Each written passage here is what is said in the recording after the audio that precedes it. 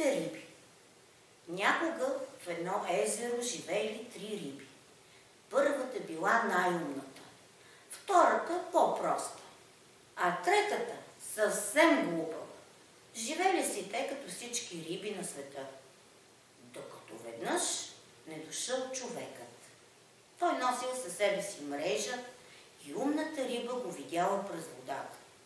Прехвърляйки житейския си опит, историите, които била чувала, тя призовала на помощ целия си ум и решила да действа.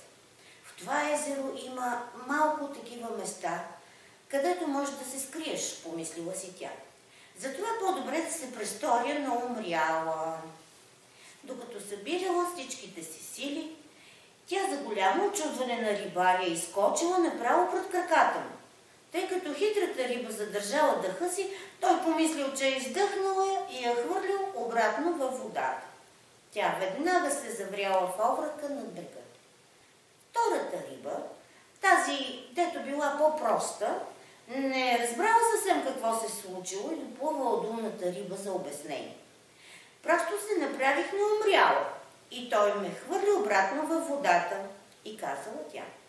Простодушната риба, без да се бави, изскочила от водата и също се проснала право пред краката на рибаря. Странно, помислил си рибарят. Рибите тук сами изкачат от водата. Но тъй като тя забравила да задържи дъха си, рибарят видял, че още е жива и я пъхнал в чантата си. Той отново се обърнал към водата, но зрелището на изкачащи на сушата риби малко го смутило и дори не се сетил да затвори чантата. Втората риба, като разбрала това, изскочила навън и се устремила към водата. Тя намерила първата и дишайки тежко легнала до нея. Третата, глупавата риба, не могла да разбере нищо, даже след като изслушала обяснението на първите две. Тогава те изброили всички обстоятелства, обръщайки внимание на това, колко е важно да задържи дишането си, за да изглежда мъртва. Благодаря. Сега вече всичко разбрах, радостно отговорила третата риба.